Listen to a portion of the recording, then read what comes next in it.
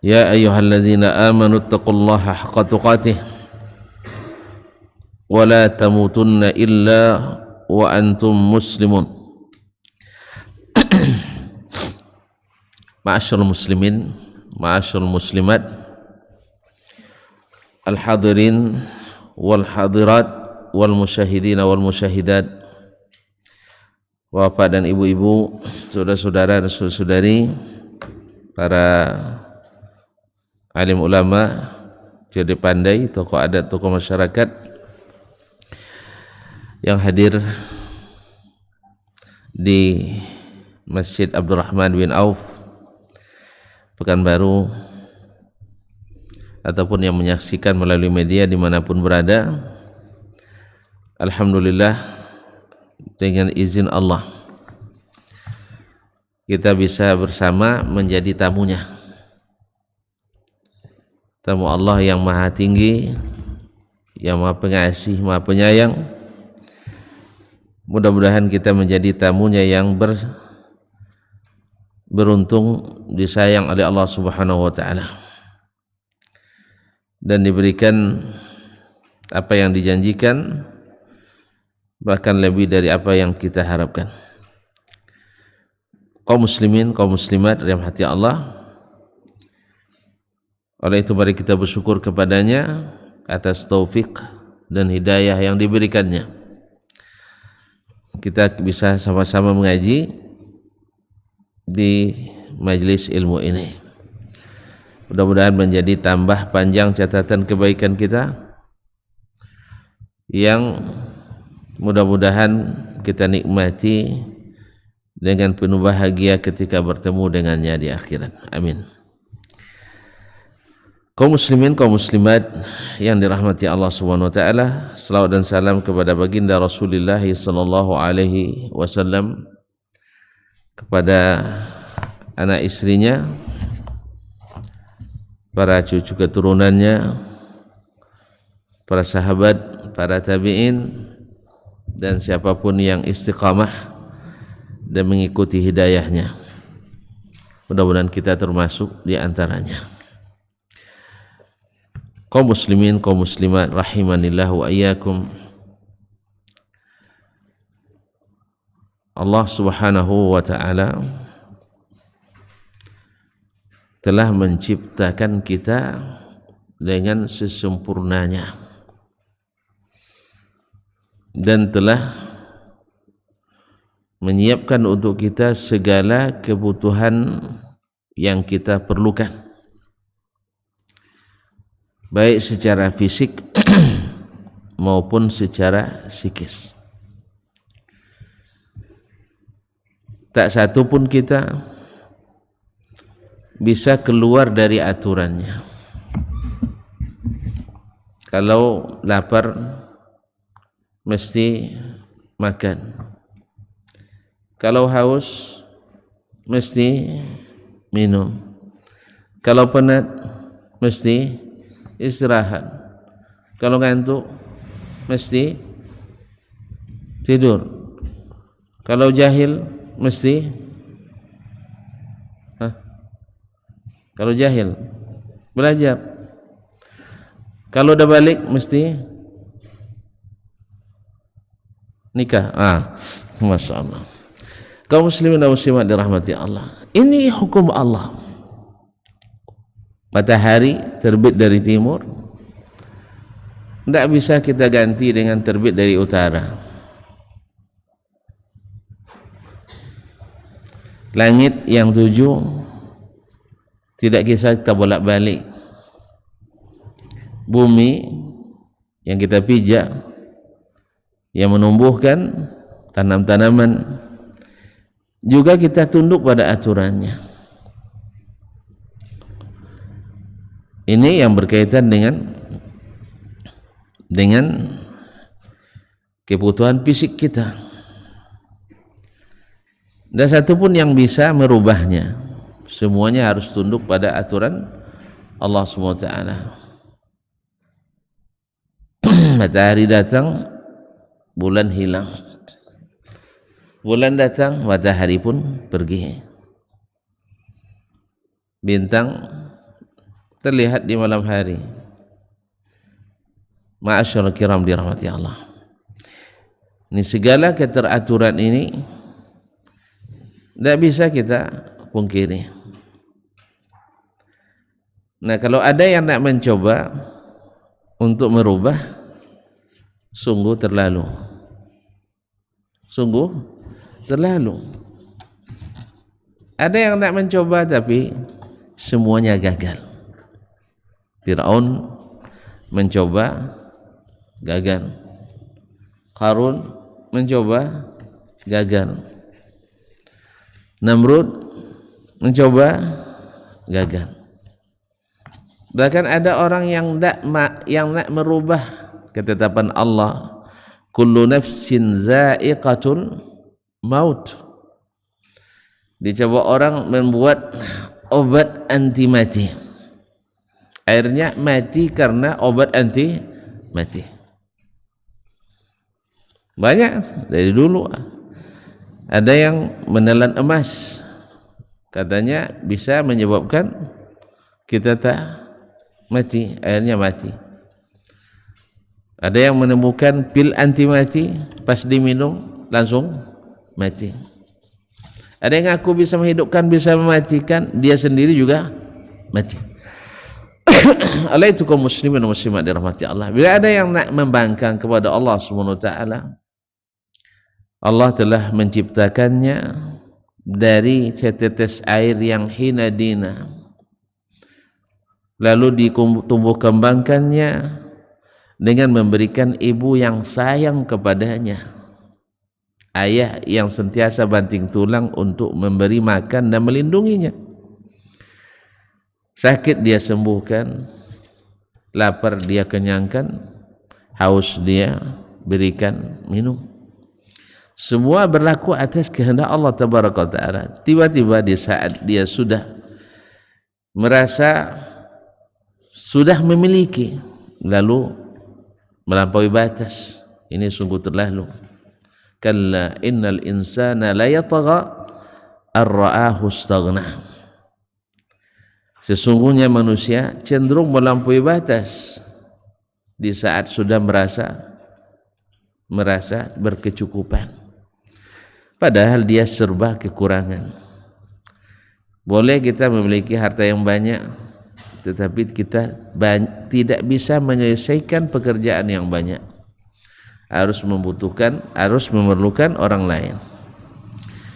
Ma'asyiral kiram dirahmati Allah, ini yang begini tidak mau tunduk pada aturan Allah sungguh terlalu. Dan Allah Subhanahu wa taala juga sudah menetapkan bahwasanya di dunia ini hanya sementara. Walakum fil ardi mustaqarrun wa mata'un ilahin. Bagi kalian di bumi hanya tempat tinggal sementara sampai pada suatu masa. Masing-masing punya jatah. Ada yang umurnya panjang, ada yang umurnya pendek. Alhamdulillah kita juga tidak bisa melambatkan dan tidak bisa memajukan barang sesaat. La yastaqdimuna sa'atan, la yastakhiruna sa'atan wala yastaqdimun. Tidak bisa. Ada yang nak mencoba, sungguh terlalu. Nah, Allah SWT inginkan kita selamat dan tidak tersesat, supaya kita kembali ke kampung yang asli, dan itu abadi. Di sana hanya ada dua tempat, tak ada yang ketiga. Masuk surga bahagia selamanya, atau masuk neraka tak pernah binasa nikmat selamanya. Allah ingin kita selamat. Lalu diberikannya petunjuk. Khalaqa fasawwa walladzi qaddara fahada wa hadainahu najdain. Ketika Adam alaihissalam dikirimkan, Allah menjanjikan, fa imma ya'tiyannakum minni huda. Apabila datang kepada kalian dariku petunjuk, faman tabi'a hudaya fala khaufun 'alaihim wa lahum yahzanun. Siapa yang mengikuti petunjukku, tidak ada takut padanya dan tidak perlu khawatir. Walladzina kafaru wa kazzabu biayatina ulaika ashabun nari hum fiha khalidun. Juga diberikan dua pilihan. Bila ikut petunjuk tak perlu takut, selamat kealaman. Bila tidak beriman dan menolak, maka ingat azab Allah sangat, yaitu di neraka yang selalu panas. Nasallallahu as-salamatu wal afiyah. Jadi petunjuk hanya datang daripadanya, hanya datang daripada qul innal huda hudallah. Katakan petunjuk itu adalah petunjuk Allah Subhanahu wa taala. Maka diutuslah untuk memberikan petunjuk itu nabi-nabi pilihan yang diketahui sejarah hidupnya terang benderang. Sejarah hidup para nabi itu jelas. Wa ma arsalna min rasulin illa bilisani qaumi liyubayyana lahum. Kami tak pernah mengutus rasul kecuali dengan bahasa kaumnya supaya jelas bagi mereka. Tidak mungkin orang Arab lalu dikirim orang Papua ke situ untuk jadi rasul. Tidak jelas, ya kan? Atau orang Arab dikirim di situ orang Ocu. Nah, yang bilang orang Papua marah, orang Ocu ke situ. Banyak masalah. Tapi Allah kirim di galangan orang Arab itu adalah Rasul yang berbicara bilisanin Arabiyyin mubin liyubayyina lahum, supaya dijelaskan oleh Rasul itu kepada mereka. Setelah diberikan penjelasan, terpisah dua mereka. Fayudhillullahu man yasha wa yahdi man yasha. Allah berikan, Allah sesatkan sebagi orang yang Dia kehendaki, dan Allah bimbing ke jalan petunjuk yang dikehendakinya. Itu bagi dua. Jadi ada yang mengikuti jalan hidayah, tidak ada yang mengikuti jalan riwayah, jalan kesesatan, ad-dhalalah. Oleh itu kaum muslimin dan muslimat dirahmati Allah, kita ketika diberikan Allah Subhanahu wa taala petunjuk tersebut datang kepada kita, dijelaskan oleh Rasul kepada kita, manusia juga terbagi. Ada yang mengikuti petunjuk, maka dia selamat, selamat. Ada yang tidak mau mengikuti petunjuk, padahal dia tahu itu dan jelas baginya, maka sungguh terlalu, sehingga Allah Subhanahu wa taala pun membiarkannya tersesat. Kan sudah dijelaskan dengan sejelas-jelasnya, tetapi tetap saja dia tidak menerima dan menolaknya.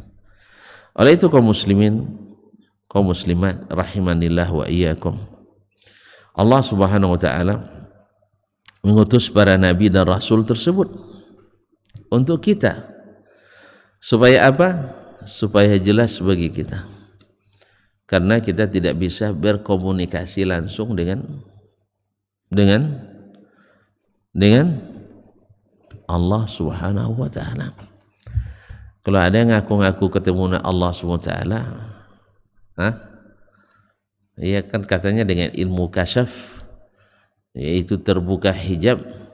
Sebenarnya bukan ilmu kasyaf itu, tapi naik ke puncak ulu kasok. Ya nampaklah rupa, yaitu apa namanya, Raja Ampatnya gampang di situ. Nabi sendiri alaihi salatu wassalam belum mendapatkan nikmat itu semasa di dunia. Itu adalah nikmat yang Allah simpan yang melebihi nikmatnya surga, yaitu melihat wajah Allah Subhanahu wa taala. Allahumma inna nas'aluka lazzatan nazar ila wajhikal karim. Allahumma inna nas'aluka nazara ila wajhil karim. Allahumma inna nas'aluka lazzatan nazar ila wajhil karim. Kenapa kita minta melihat wajah Allah? Karena yang melihat wajah Allah pasti masuk surga. Yang melihat wajah Allah pasti masuk surga, karena dia nikmat yang diberikan kepada ahlul jannah, yang mengalahkan nikmatnya jannah. Kaum muslimin dan muslimat dirahmati Allah, maka kita hadir melalui para nabi dan rasul.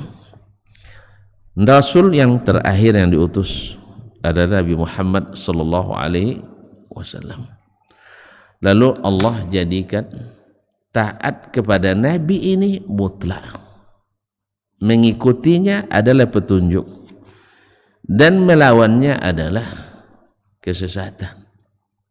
Siapa yang tidak mengikutinya setelah jelas baginya petunjuk, dia akan dipalingkan Allah ke tempat dia berpaling, akhirnya dicampakkan ke dalam neraka jahanam. Wa may yushaqiqir rasula min ba'di ma tabayyana lahul huda wa yattabi' ghaira sabilil mu'minin nuwallihi ma tawalla wa nuslihi jahannam wa sa'at masira. Siapa yang membantah Rasul, yushaqiq Rasul, siapa yang membantah Rasul atau melawan Rasul sallallahu alaihi wasallam, min ba'di ma tabayyana lahul huda, setelah jelas baginya petunjuk, nuwallihi ma tawalla, kami palingkan dia sesuai dengan kemana dia berpaling, wa nuslihi jahannam, dan kami masukkan dia ke dalam neraka jahanam, wa sa'at masira, dan neraka jahanam itu seburuk-buruk tempat kembali. Subhanallah, kaum muslimin sedang jemaah yang dirahmati Allah. Oleh itu Imam Asy-Syafi'i rahimahullah mengatakan, la yahillu li ahadin idza istabanat lahu sunnah ayatrukaha li qawli ahadin kainan man kan. Tidak halal bagi seseorang yang jelas baginya petunjuk, setelah jelas baginya sunnah Nabi sallallahu alaihi wasallam, lalu dia tinggalkan sunnah itu mengikut perkataan seseorang selain Rasul sallallahu alaihi wasallam, siapa orangnya. Kalau tidak halal berarti haram. Tidak boleh mengikuti perkataan siapapun setelah jelas perkataan Nabi sallallahu alaihi wasallam.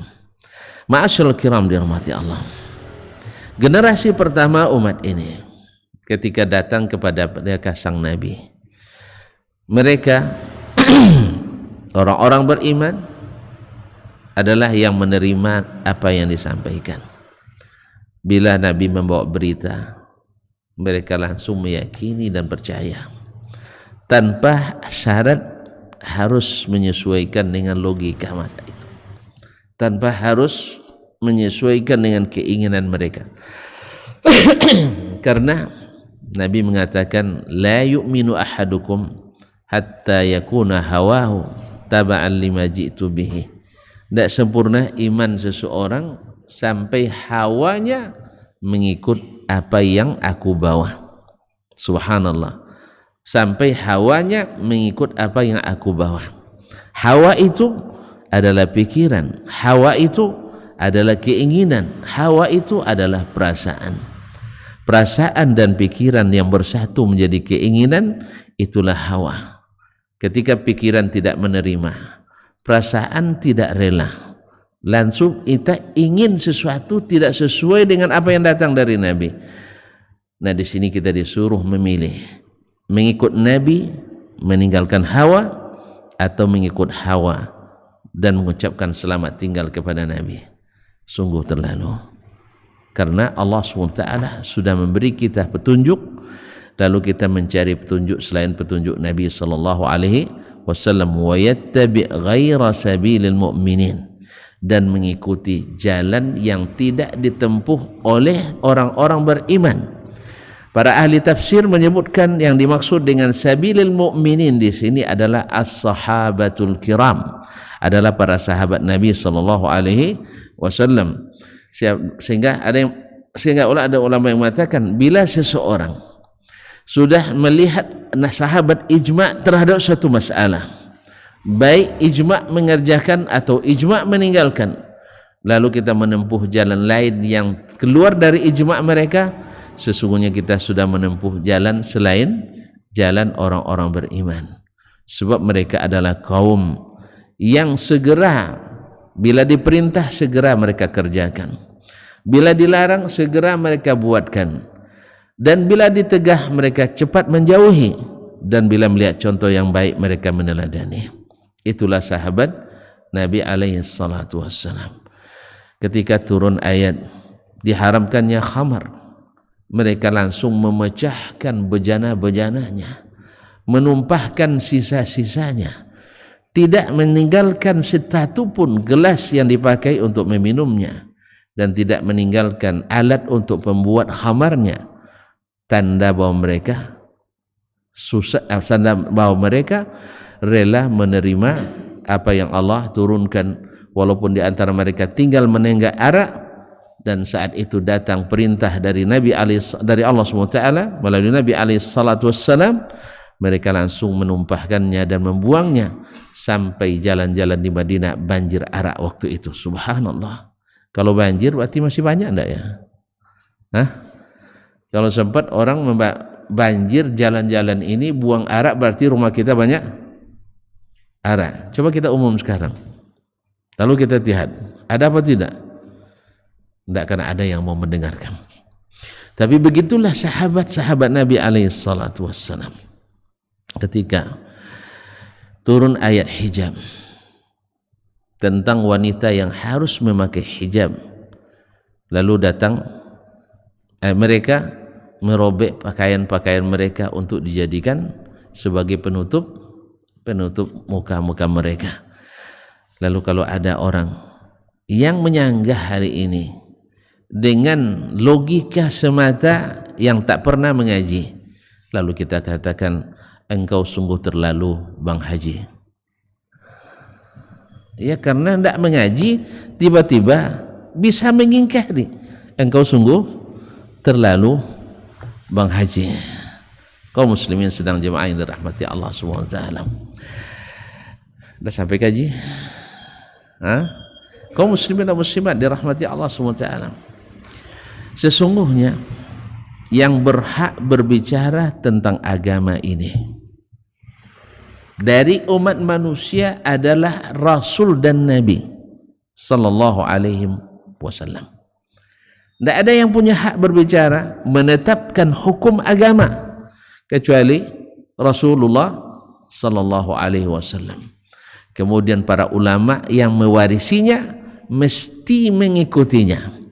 Dan bila mereka terbukti tidak mengikuti sang Nabi, maka dia wajib ditinggalkan. Seperti kata Imam Asy-Syafi'i rahimahullah, bahwasanya tidak halal bagi seseorang jelas baginya sunnah Nabi sallallahu alaihi wasallam lalu meninggalkannya karena mengikuti pendapat orang lain siapapun orangnya, kainan mangkan. Dan tidak boleh menghalalkan kecuali berdasarkan dalil yang datang dari Allah dan Rasulullah sallallahu alaihi wasallam, dan tidak pula mengharamkan kecuali yang datang dari Allah dan Rasulnya sallallahu alaihi wasallam, karena itu adalah hak prerogatif Allah dan Rasul sallallahu alaihi wasallam. Nah, bila ada yang mau taati ini sungguh terlalu telah memasuki wilayah yang bukan wilayahnya. Oleh itu Allah SWT ingatkan, Qul innama harrama rabbiyal fawahisha ma dhahara minha wa ma batan wal ithma wal baghya bighairil haqq wa an tusyriku billahi ma lam yunazzil bihi sultana. Kemudian yang keempat, wa an taqulu 'ala Allahi ma la ta'lamun. Ini ayat kaum muslimin, nazirnya, padanannya seperti ayat innama harramal innama harramal maitata innama harrama alaikumul maitata waddama wa lahmal khinzir wa ma uhilla bihi li ghairillah. Ini berlaku hukum naik, artinya Allah sebutkan yang paling rendah dosanya, kemudian yang lebih tinggi, kemudian yang lebih tinggi, yang lebih tinggi. Ini namanya uslub tasa'udi, yaitu semakin besar dosanya. Misalnya, innama harrama alaikumul maitata, Allah haramkan bagimu bangkai. Nah, setelah bangkai apa? Waddama, bahwa haramnya darah lebih daripada haramnya bangkai. Kenapa? Kenapa? Karena bangkai memang sudah mati juga, tapi kalau darah mesti ditumpahkan, mesti dibutahkan. Ada yang ditewaskan, baik hewan maupun selainnya, maka lebih dahsyat lagi. Kemudian walahmal khinzir, lebih haram lagi adalah B apa itu? B1 B2? Saya enggak tahu, Kondia. Saya enggak tahu lah, terpaksa sebut namanya. Babi. Akramakumullah. Lebih haram lagi daripada itu adalah wa ma uhilla bihi li ghairillah, yang disembelih atas nama selain Allah. Nah, ayat tadi, qul innama harrama rabbiyal fawahisha ma zahara minha wa ma batan. Katakan Arabku hanya mengharamkan. Ini maksudnya dalam seluruh agama ini diharamkan. Al-fawahisha, segala yang keji. Ini jamak daripada fahisha. Dan al-fahisyah dalam Al-Quran dan Sunnah bila disebutkan, maknanya adalah pada umumnya adalah az-zina wa ma yatba'uhu, zina dan yang sejenisnya, termasuk liwat, homoseks, atau sihaq, yaitu lesbian.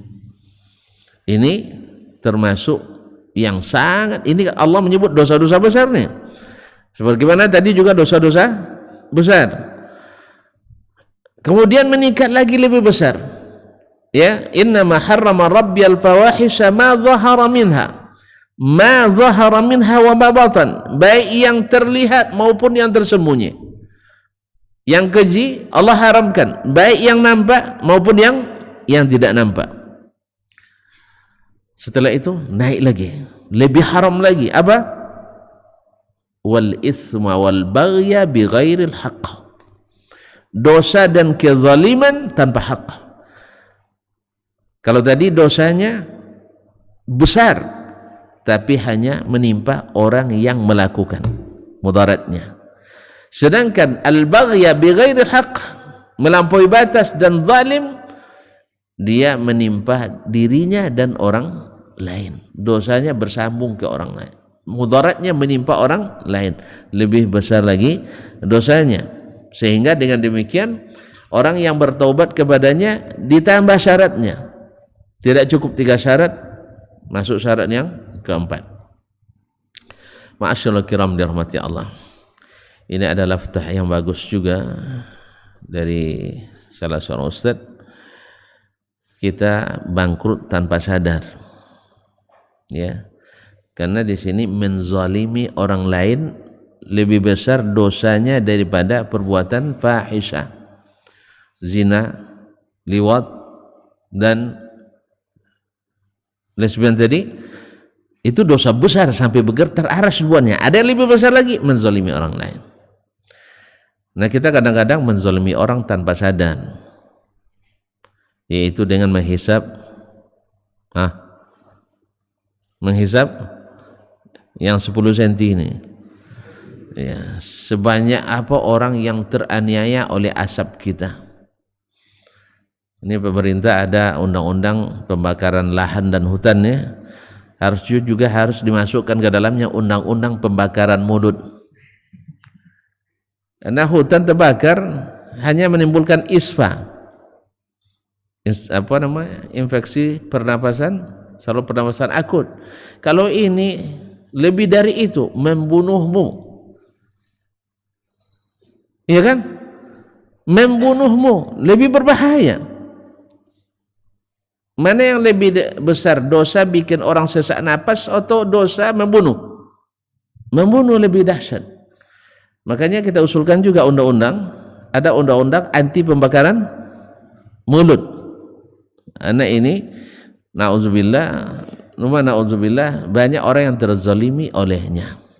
Para orang yang terzalimi olehnya. Akhirnya nanti orang ini akan menuntut kita. Karena anak istri kita terzalimi. Karena perokok pasif itu lebih berbahaya dari perokok aktif. Para ahli mengatakan tidak kurang dari 4.000 bakteri, jenis bakteri yang ada dalam segumpal hisapan rokok. Na'udzubillah, tsumma na'udzubillah. Nah, wal isma wal baghya bighairil haqq, yaitu menzalimi tanpa hak. Kemudian naik lagi, wa an tusyriku billah, menyekutukan Allah dengan sesuatu yang Allah tidak turunkan, yang Allah tidak turunkan ilmu tentang itu. Karena memang yang namanya syirik selalu tanpa ilmu. Syirik selalu berlawan dengan ilmu. Semuanya perkiraan dan perasaan, lahir daripada merasa-rasa dan mengira-ngira. Sehingga orang minta kepada kuburan, minta kepada tumbuhan, minta kepada gua, minta kepada sebagainya. Padahal itu tidak ada dasarnya sama sekali. Tidak ada sultan, tak ada keterangannya. Nah, ada yang lebih dahsyat lagi dan sungguh terlalu lagi. Kalau tadi Allah ya satu-satu mencipta, lalu kita sembah selainnya, ini terlalu. Ada yang lebih terlalu lagi adalah wa an taqulu 'ala Allahi ma la ta'lamun, yaitu kalian berbicara atas nama Allah tanpa ilmu. Nah, orang yang tak berilmu lalu bicara tentang agama Allah. Apa agama Allah? Halal, haram, surga, neraka, sunnah, sunnah, non sunnah, nah, mukmin, kafir, musyrik, muwahhid. Sungguh terlalu. Tidak berilmu bicara tentang nama, tentang Allah, tentang agama Allah. Ini sungguh terlalu. Sebab kalau kita salah berbicara dalam masalah dunia, kita kena hukum. Ya tak? Orang nak bicara masalah ekonomi, tidak akan dipercaya orang kecuali memang dia pakar ekonomi. Atau setidaknya dia sukses berekonomi. Sampai-sampai sangat ekonomis. Ya, yang pandainya hanya mengali, membagi enggak? Enggak pandai. Ini sungguh terlalu. Ceritanya sana kemari, saya dapat ini, tapi tak pernah orang dapat dari situ. Sampai-sampai keluar bahasa, jangankan dapat tempiasnya, netes pun tidak. Ini ibaratnya kita ibarat hujan kan, dapat tempiasnya jadilah kan. Ini enggak, jangankan tempiasnya, netes pun tidak ada bocor sedikit pun. Subhanallah. Kaum muslimin dan muslimat dirahmati Allah Subhanahu wa taala, ini sungguh terlalu.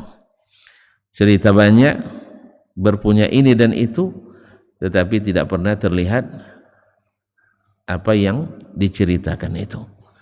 Subhanallah, sungguh terlalu. Nah, kaum muslimin dan muslimat, orang tak berilmu lalu bicara tentang agama, ini menyesatkan dirinya, menyesatkan orang lain.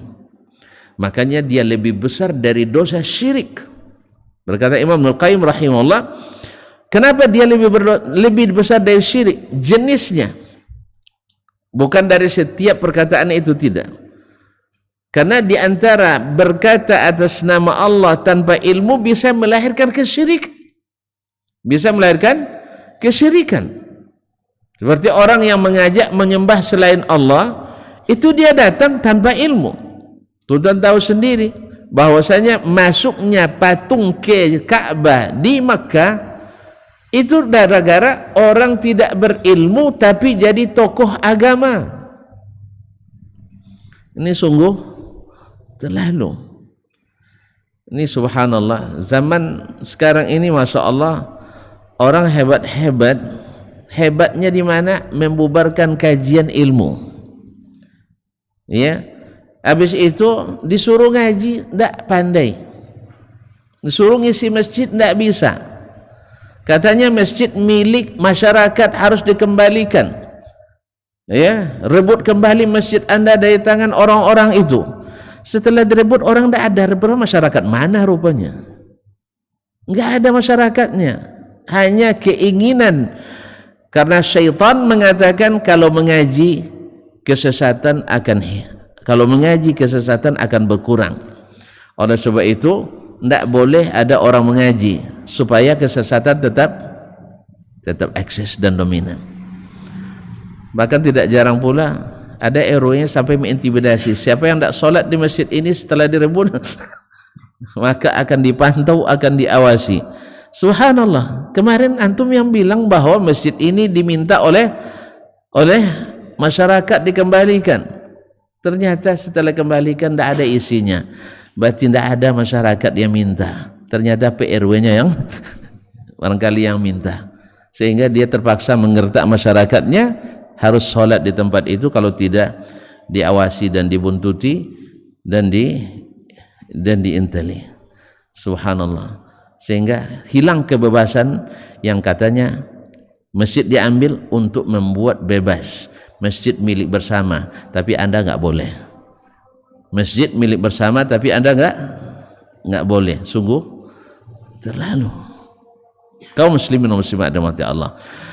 Masuknya syirik ke Makkah, patung ke Makkah adalah karena ada tokoh yang menjadi pemuka agama dan dia tidak berilmu, yaitu Amir ibn Lu'ay al-Khuzai.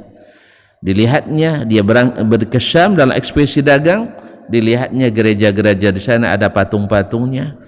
Lalu dia bertanya, yang ditanya tidak lebih berilmu dari yang ditanya.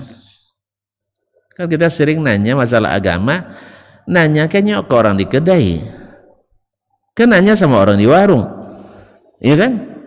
Kadang akhirnya jawabannya lucu-lucu kadang. Dulu saya baca awal-awal dulu belum familiar gelar LC, itu ada orang di BKD itu, ada yang daftar katanya LC, kan apa gelar LC itu? Yang ditanya bukan lebih tahu, lebih bongak lagi sebenarnya. Dia jawab, LC itu tahu enggak? Orang kuliah di luar negeri itu enggak tamat-tamat, dah 10 tahun enggak juga tamat, akhirnya dipaksa tamat degree gelar LC katanya. Subhanallah. Untung di situ ada orang yang paham. Kalian jangan sembarangan ngomong. Tuh si dokter pula tuh juga LC katanya. Dia sebut seorang dokter yang mereka segani itu juga LC. Kalian bilang enggak tamat-tamat. Allah musta'an. Jadi kaum muslimin dan muslimat yang ditanya tidak lebih tahu dari yang menanya. Akhirnya dia terima ilmu dari yang tidak berilmu, fatwa dari yang tidak berhak berfatwa. Sungguh terlalu. Akhirnya Masjidil Haram yang kata Allah SWT, antahira baitiya lit-ta'ifin wal akifin wa ruk'is sujud, bersihkan rumahku dari apa? Dari syirik, supaya orang salat tawaf tidak syirik. Karena enggak ada gunanya tawaf, enggak ada gunanya salat, enggak ada gunanya sujud, enggak ada gunanya ruku kecuali dengan tauhid.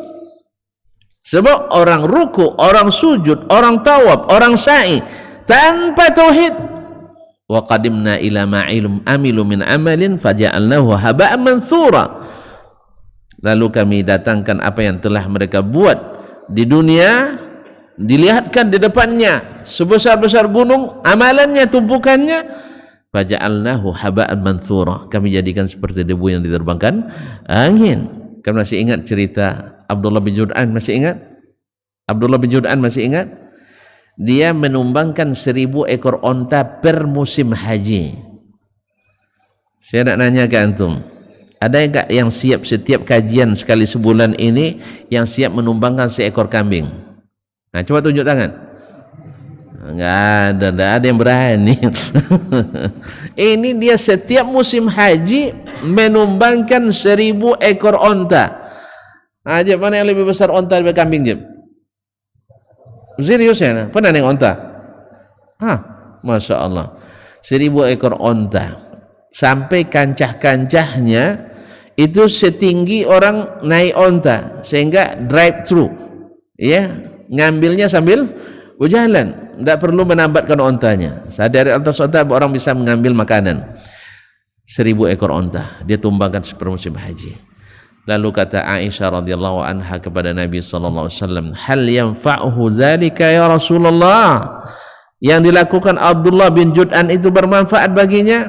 Kata Nabi, la ya bintas Siddiq, tidak bermanfaat. Apa sebab?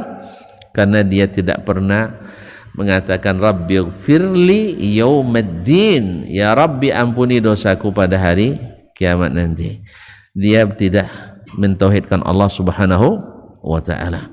Oleh itu kaum muslimin dan muslimat dirahmati Allah, datanglah ahli tokoh agama yang tidak berilmu lalu ikut bicara tentang agama, sungguh terlalu. Azan tutup atau langsung? Azan dulu, sambung lagi. Ini sambung lebih panjang dari aslinya. Baik, silakan azan. Majtama'a qaumun fi baitin min buyutillah yatluna kitaballah wa yatadarasunahu fima bainahum illa nazalat alaihimus sakinah wa ghasyiyatuhumur rahmah wa haffat bihimul malaikah wa dzakarahumullahu fiman indah. Tidaklah suatu kaum duduk di salah satu rumah Allah membaca ayat-ayat Allah dan sama-sama mempelajarinya, kecuali turun kepada mereka as-sakinah, ketentraman dan kenyamanan. Wa ghasyiyatuhumur rahmah, dan mereka diliputi pula oleh rahmat, kasih sayang dari Allah Subhanahu wa taala. Wa haffat bihimul malaikah, dan mereka pun dikelilingi oleh para malaikat, karena malaikat suka majlis-majlis zikir dan ilmu. Wa dzakarahumullahu fiman indah, dan Allah akan banggakan sebut-sebut mereka di kalangan malaikat-malaikat yang ada di sisinya, di masyarakat atas. Mudah-mudahan kita termasuk yang sering disebut-sebut di sisi Allah di kalangan para malaikat, dan di akhir majelis ini mudah-mudahan kita pula mendapatkan seperti yang tersebut dalam hadis qudsi, qumu maghfuran lakum, silahkan berangkat meninggalkan majelis ini dalam keadaan diampuni dosa-dosa kalian.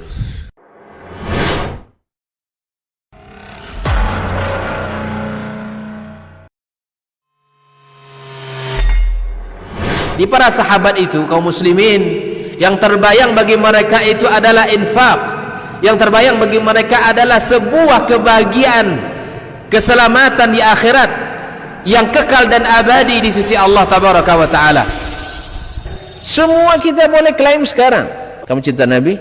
Cinta Ustaz. Cinta Nabi? Cinta Ustaz. Termasuk saya. Cinta Nabi? Cinta. Kapan tahunya? Besok di akhirat. Maka apa kata Nabi sallallahu alaihi wasallam? Amalur rajuli biyadih. Penghasilan yang terbaik adalah pekerjaan yang dilakukan oleh seseorang dengan tangannya sendiri. Wa kullu bai'in mabrur, dan setiap jual beli yang mabrur. Ini aktivitas ini membantu saya di akhirat atau akan menyulitkan saya di akhirat? Kalau seandainya perbuatan itu ternyata akan menyulitkan kita di akhirat kelak, tinggalkan perbuatan itu.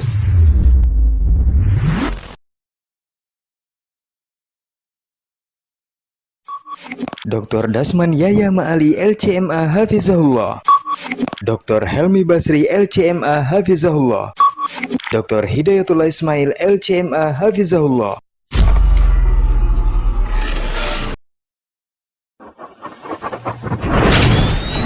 Rabbani merajut ilmu dan peradaban.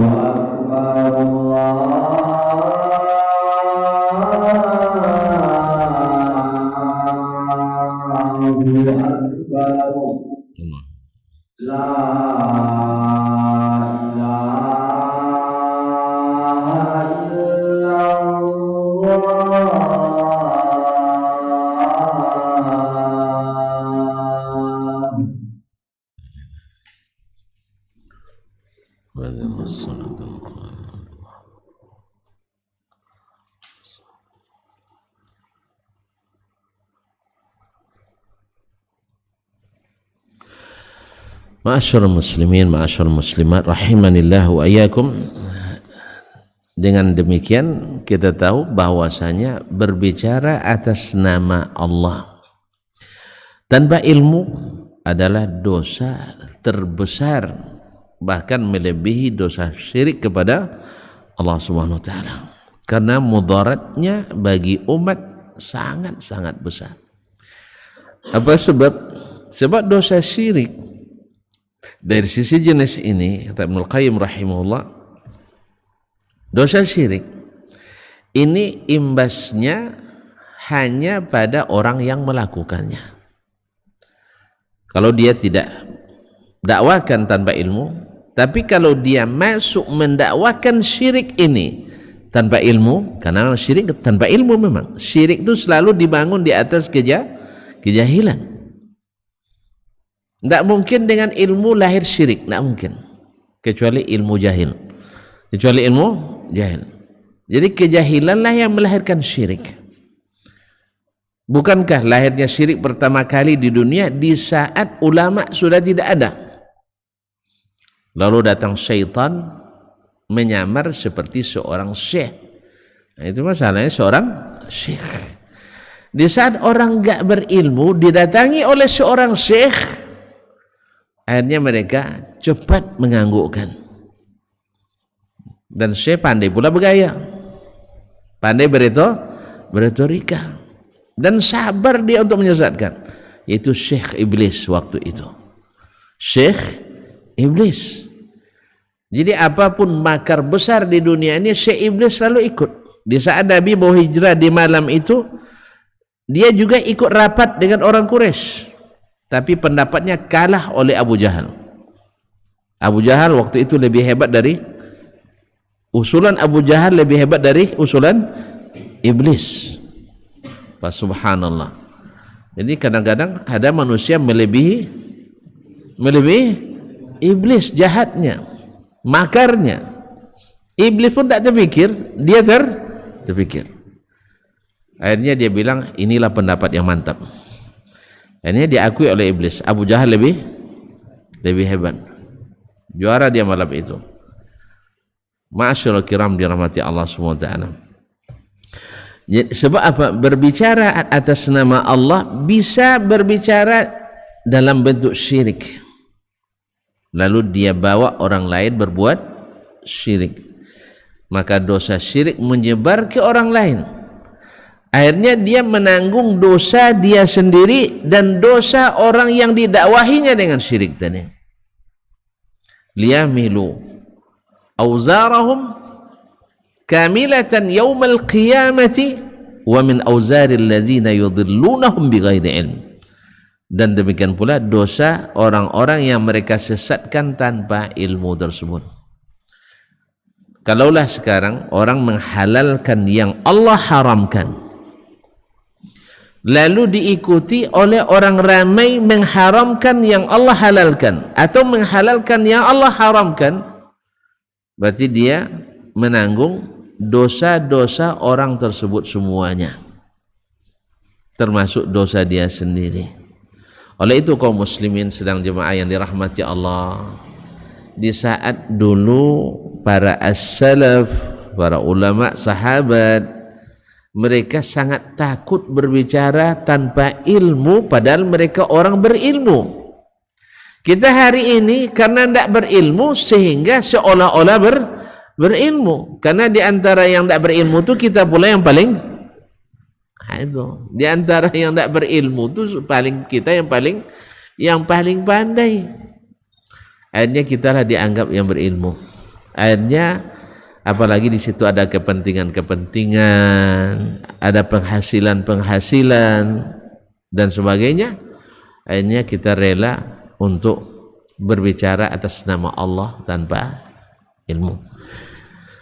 Dulu di zaman as-salaf salih rahimahullah ta'ala, mereka bila ditanya suatu masalah, dia bilang, is'al akhi fulanan fa innahu a'lamu minni. Tanyakan ke si fulan, dia lebih berilmu dari saya.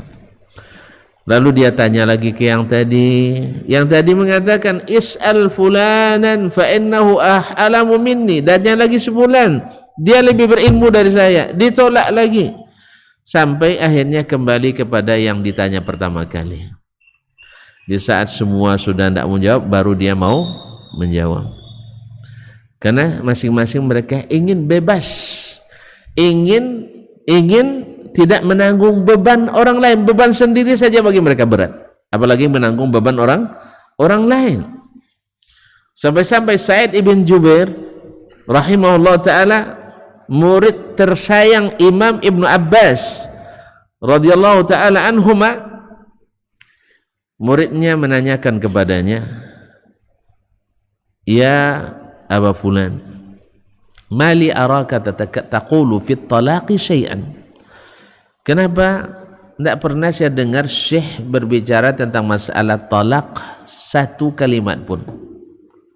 Apa dia jawab? Wallahi ma min syai'in minhu illa wa su'iltu anhu. Tidak satu pun masalah talak kecuali sudah ditanyakan kepada saya. Walakinni akhafu an uhilla haraman au uharrima halalan. Tapi saya tidak mau menjawabnya karena saya takut salah jawab, nanti yang haram saya halalkan, yang halal saya haramkan. Inilah wara' kaum muslimin. Di zaman ulamanya ramai, tapi kita berada di zaman penceramahnya ramai, ulamanya sedikit, sehingga penceramah dianggap ulama. Semakin bisa menyesuaikan dengan selera, semakin tinggi ratingnya. Jadi yang dicari adalah kepuasan, bukan kebenaran. Akhirnya artis pun bisa jadi ulama. Ya, yang lucunya Indonesia ini kalau sudah pergi haji 40 hari, besok pulang udah pakai baju haji, dan disuruh jadi imam, sehingga bacaannya belepotan. Ya, pergi haji kalau belajar iyalah di sana pergi belanja, bukan belajar, belanja. Tuh belanja. Jadi kalau pulang Pak Haji itu jangan tanya berapa juz yang Pak Haji tamatkan. Ya, ada umumnya berapa cerek kuning yang terbawa pulang, berapa kilo kurma, zam-zam berapa. Nah, subhanallah kaum muslimin dan muslimat. Kalau dia pergi belajar sana iyalah suruh ya jadi imam. Makanya kan sembarang suruh jadi imam, nanti menyesal tuan-tuan. Ya, menyesal tuan-tuan. Kalau gini saya lebih baik saya yang jadi imam. Makanya tidak jarang pula ada penceramah kondang di Indonesia ini. Jadi datang ke suatu daerah disuruh sama orang jadi imam. Akhirnya menyesal orang tuh. Padahal imamnya di situ biasa imam yang bagus, bacaannya hafiz kan. Karena segan kepada penceramah ini, kondang tingkat nasional, disuruh maju. Rupanya dia tidak sepasih bicaranya membaca Al-Quranul Karim. Tidak bisa membedakan antara ra' dengan ghain, tidak bisa membedakan dad dengan dal, dan seterusnya. Pokoknya tha, sin, shin, sad, semuanya satu huruf semuanya. Allah musta'an. Akhirnya menyesal jemaah. Apa yang boleh buat? Salat sudah terlanjur didirikan. Kaum muslimin dan muslimat dirahmati Allah SWT. Jadi berbicara atas nama Allah tanpa ilmu berdosa, dan dosanya dosa besar. Bahkan seperti kata Ibnu Abil Izz Al-Hanafi rahimahullah, sekalipun benar yang diucapkan tapi Anda bukan ahlinya, maka jangan berbicara. Anda berdosa walaupun benar hasil yang Anda katakan. Dan sebaliknya, bila yang berbicara dalam suatu masalah agama itu ahlinya, dia berpahala sekalipun salah. Ingat, dia catat dia, yang tidak ahli jangan bicara atas nama Allah Subhanahu wa taala tanpa ilmu. Sebab walaupun betul hasilnya tetap berdosa. Tetap berdosa. Makanya kepada saudara-saudara kita yang baru-baru saja baru hijrah tapi salah hijrah pula, sehingga banyak masalah agama semuanya dasarnya masuk akal sih atau tidak. Dulu Abu Jahal itu tidak mau beriman gara-gara masuk akal sih atau tidak. Menurut dia tidak masuk akal, kok Nabi Muhammad yang jadi Rasul? Sebab sebanyak ini orang senior, Allah yang ceritakan, laula unzila hadzal qur'anu ala rajulin minal qaryataini azim. Kenapa tidak dipilih pembesar negeri ini, Makkah atau Taif? Kenapa Muhammad yang jadi Rasul? Jelas kaum muslimin dan muslimat dirahmati Allah. Kemudian kita sekarang mengatakan tidak boleh diimani kecuali yang sesuai dengan budaya kita sendiri. Dulu Abu Jahal menolak Nabi karena tidak sesuai dengan budaya Arab. Lalu sekarang kita katakan Nabi sesuai dengan budaya Arab. Makanya kita harus pula ada Nabi Nusantara. Berarti Abu Jahal lebih duluan menemukan teori itu. Karena Nabi tidak sesuai dengan budaya dan kearifan lokal Arab waktu itu, maka ditentang oleh Abu Jahal dan kawan-kawannya. Jadi gara-gara akal lah dia tidak percaya Nabi pergi Isra dan Isra dan Mi'raj. Kok gitu aja kepayang? Antum tidak peringatan kemarin, itu bahayanya. Dah lupa Isra dan Mi'raj. Nah, dia tidak percaya. Lalu dia membuka logika dan pengalaman empirisnya bahwa berjalan ke Baitul Maqdis perlu waktu 1 bulan. Masuk akal sih? Kita berjalan 1 bulan, dia berjalan 1 malam. Masuk akal sih? Enggak masuk akal. Maka dia tidak menerima berita dari Nabi SAW. Sesatnya Mu'tazilah ketika menolak sifat-sifat Allah Subhanahu wa taala, Allah di atas atau di mana-mana, masuk akal sih? Akhirnya mereka menolak Al-Quran dan Sunnah Nabi sallallahu alaihi wasallam, kadang-kadang dengan ta'wil dan lebih sering dengan ta'til, dan diikuti oleh ahlul kalam dan seterusnya. Kaum muslimin semuanya masalahnya masuk akal sih atau tidak? Masa Allah turun ke langit pertama masuk akal sih? Sungguh terlalu kau. Sungguh terlalu. Ini Nabi yang bicara, Allah yang kata, antum bilang masuk akal sih? Memang Nabi tidak berakal, sahabat yang dulu menerima tidak berakal. Tiba-tiba baru antum berakal setelah abad ke-4 Hijriah. Generasi utama tidak ada yang berakal satupun. Berarti sungguh terlalu kau Bang Haji. Jadi kaum muslimin dan muslimat dirahmati Allah SWT,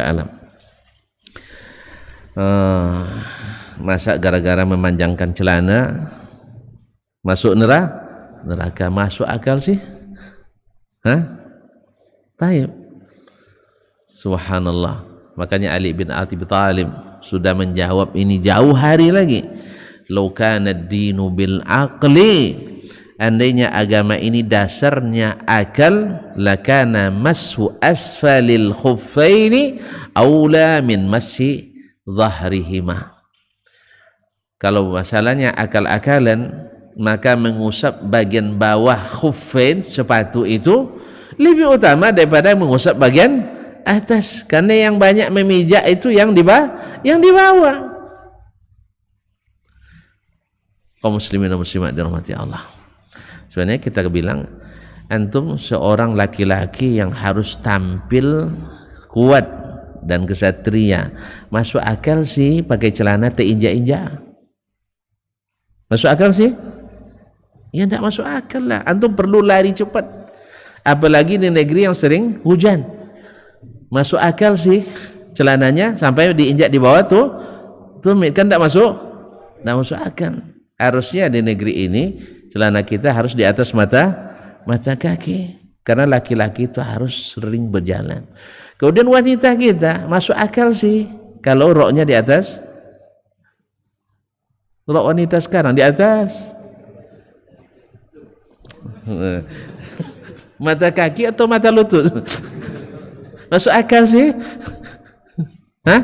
Tidak masuk akal sebenarnya. Tapi Masya Allah, ketika perempuan cingkrang tak ada yang melarang, bahkan melihat dengan senang. Inilah pakaian yang mengundang sayang. Hah? Iya kan, nampak betisnya. Jadi pakaian wanita ila ansafi saqaiha. Jadi pakaian mukminah di kita sampai ke tengah betisnya. Sah? Iya enggak?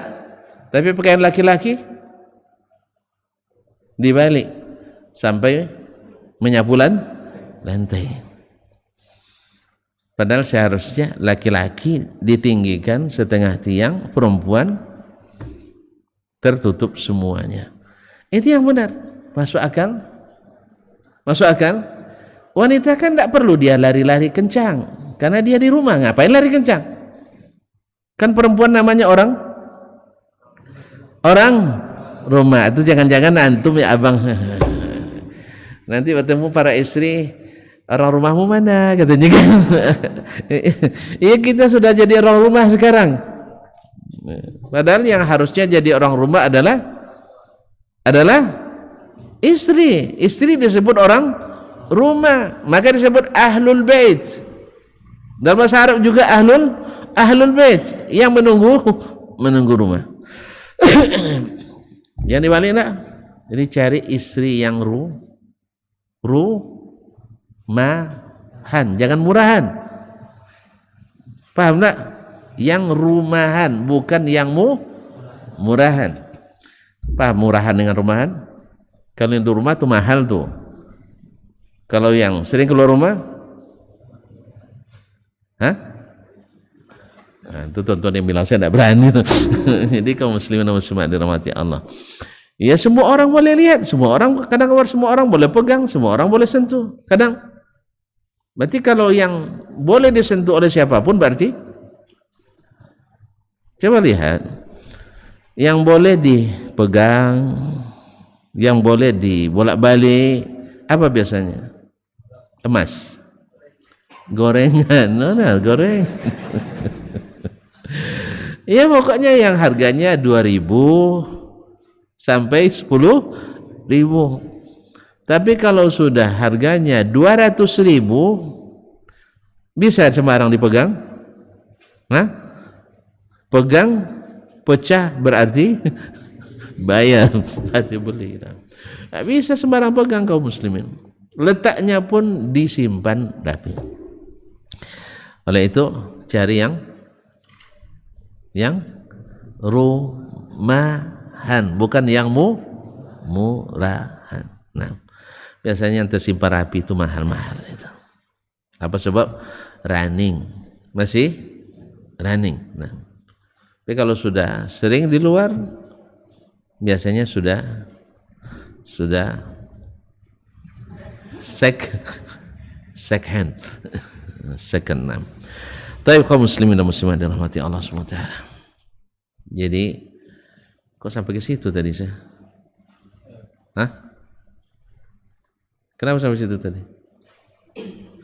Antum sampai di situ langsung tenggelam ya? Nah, sampai di mana gaji kita tadi? Hah?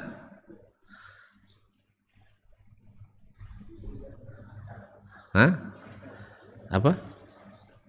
Subhanallah, bahwa sahabat Nabi SAW hidup di zaman yang banyak ulamanya, mereka saling tolak berfatwa. Tapi di zaman kita banyak penceramahnya, sehingga penceramah dianggap ulama.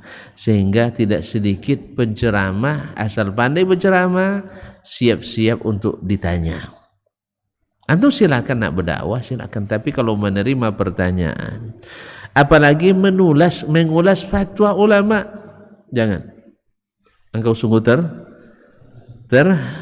terlalu bukan bidangnya. Makanya akan datang dengan ajaib, kata Imam Ibnu Hajar, man takallama fi ghairi fannihi ata bil ajaib. Orang berbicara bukan bidangnya, banyak yang aneh-aneh datang daripadanya. Banyak yang aneh-aneh datang daripadanya. Seperti orang bicara tentang sanad, dia tidak ngerti maksud sanad, tidak ngerti dia. Dikatanya bersanad, asal dah berjumpa bersanad namanya. Mana itu yang dimaksud dengan bersanad itu? Jadi kaum muslimin dan muslimat dirahmati Allah SWT. Ada lagi mengatakan satu keyakinan, suatu ajaran, suatu tarekat direwatkan dengan satu sanad sampai ke Nabi SAW. Masya Allah, memang ada sanadnya tapi penuh dengan kadzabin, penuh dengan al-kadzabin. Nasallallahu alaihi wasallam. Jadi kaum muslimin dan muslimat dirahmati Allah, maka dosa berbicara atas nama Allah tanpa ilmu dosa besar, bahkan sampai melebihi dosa syirik. Walaupun tak secara mutlak semuanya lebih dari syirik, tapi bisa melampaui syirik, karena di antara berbicara tanpa ilmu itu adalah melakukan atau mendakwakan kesyirikan. Nasallallahu alaihi wasallam. Oleh sebab itu, kalau antum nak bicara, tolong janganlah masalah agama kecuali dengan ilmu. Sebab bicara dalam masalah agama ini, halal haram ini, halal haram itu berbicara atas nama Allah, hanya hak Allah saja. Dan termasuk kaum muslimin, orang yang berbicara atas nama Allah tanpa ilmu adalah memasarkan hadis-hadis palsu dan dhaif. Dan dia tahu itu. Tahu dia palsu, tahu dia dhaif, tapi dijadikan pasarannya. Ini termasuk yang berbicara atas nama Allah tanpa ilmu. Dan termasuk juga orang yang berilmu, tahu dia yang benar, tapi dia sembunyikan yang benar itu karena nafsu, karena hawa, karena kepentingan, karena jabatan, karena penghasilan, dan karena yang lain-lainnya. Maka orang seperti ini termasuk juga berbicara atas nama Allah tanpa ilmu, karena hasilnya sama. Dan orang ini terancam dikekang oleh Allah dengan api neraka mulutnya hari kiamat. Ayyuma rajulin atahu Allahu ilman fakatamahu aljamahu Allahu yawmal qiyamati bilijamin min nar. Barang siapa yang Allah berikan kepadanya ilmu lalu dia sembunyikan karena suatu kepentingan dan lainnya, maka Allah akan kekang mulutnya dengan api neraka. Apa sebab? Sungguh terlalu.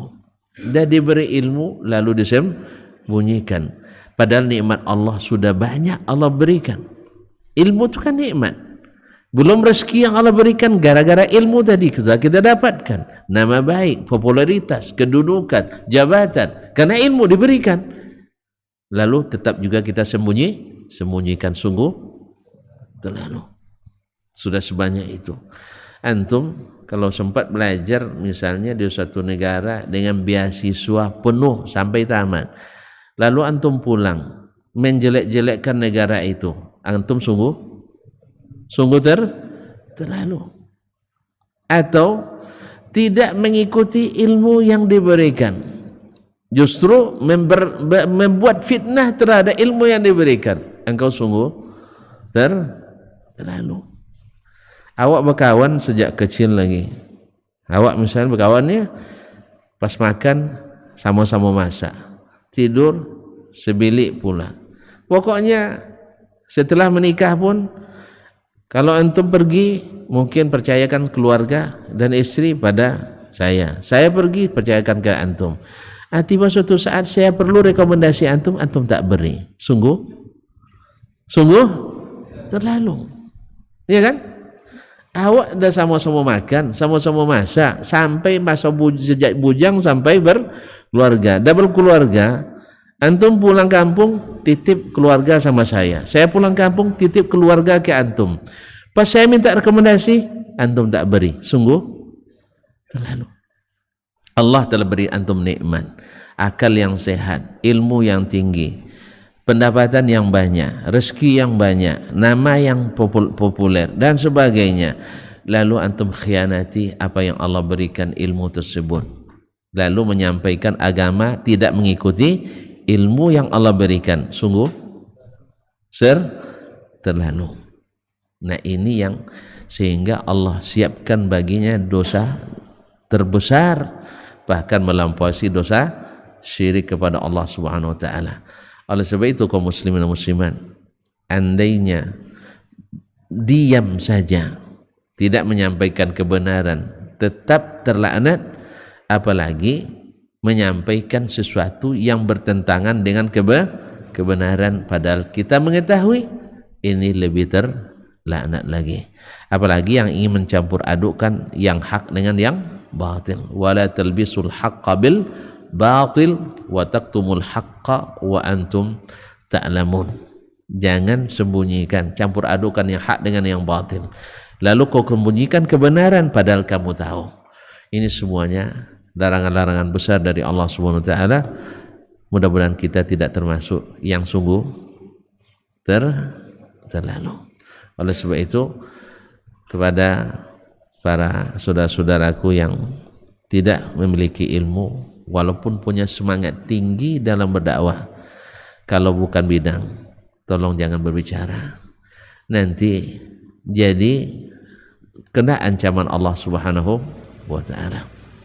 Karena agama ini kalau hanya berdasarkan akal, orang jahiliyah itu lebih dulu berdakwah dari Nabi alaihi salatu wassalam. Tapi Nabi sebelum turun kepadanya wahyu, beliau belum bisa berdakwah kecuali setelah turun kepadanya wahyu dan perintah dari Allah, dan dibimbing sampai turun al-yawma akmaltu lakum dinakum wa atmamtu alaikum ni'mati wa raditu lakumul islam madinah. Maka ikutilah Nabi karena jalannya terang, ikutilah Nabi karena jalannya lurus, ikutilah Nabi karena jalannya jelas, ikutilah Nabi karena jalannya selamat, ikutilah Nabi karena jalannya ke surga, dan jangan ikuti selainnya karena jalannya belum tentu ke surga. Hadza wallahu taala alam wa sallallahu ala nabiyyina Muhammadin wasallam. Saya kira tidak ada pertanyaan, sangat jelas sekali, sangat jelas sekali bahwa berbicara tanpa ilmu dalam agama adalah sikap yang sungguh terlalu. Wallahu taala alam wa subhanakallah bihamdik asyhadu an la ilaha illa anta astaghfiruka wa atubu ilaik. Wassalamualaikum warahmatullahi wabarakatuh.